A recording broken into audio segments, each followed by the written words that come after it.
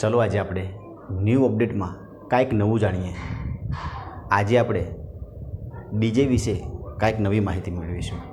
તમને બધાને ખબર હશે કે આપણે ડીજે શબ્દ સાંભળ્યો હશે ને તમે ઘણી બધી જગ્યાએ ઘણા બધા સ્પીકર જોયા હશો અને તમે કહેતા હશો કે આ ડીજે છે. પણ આ ડીજે શબ્દ કેવી રીતે બનેલો છે? ડીજેનું કોઈ પૂરું નામ પણ તમને ખબર છે?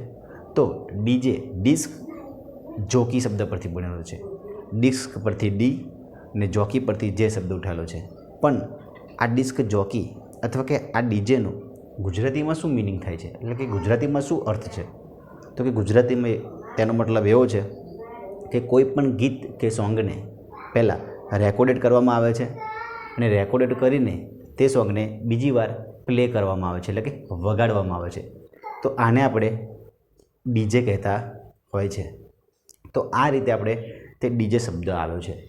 પણ આ માહિતી મને ક્યાંથી મળી છે? તો આ માહિતી મને ગૂગલ પરથી મળી છે. તો તમે પણ ગૂગલમાં સર્ચ કરજો કે ડીજે, તો તમને ત્યાં માહિતી મળી હશે કે ડિસ્ક જોકી, અને ત્યાં ઇંગ્લિશમાં લખેલું છે કે પ્લે સોંગ અધર પર્સન.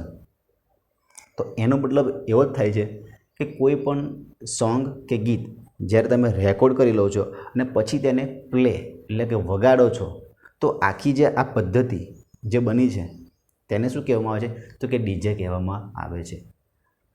આવું જ તમને ન્યૂ અપડેટ પછી આના પછીના વિડીયોમાં તમને ડીજે વિશે તમને કાંઈક નવું જાણવા મળશે. ચલો આજે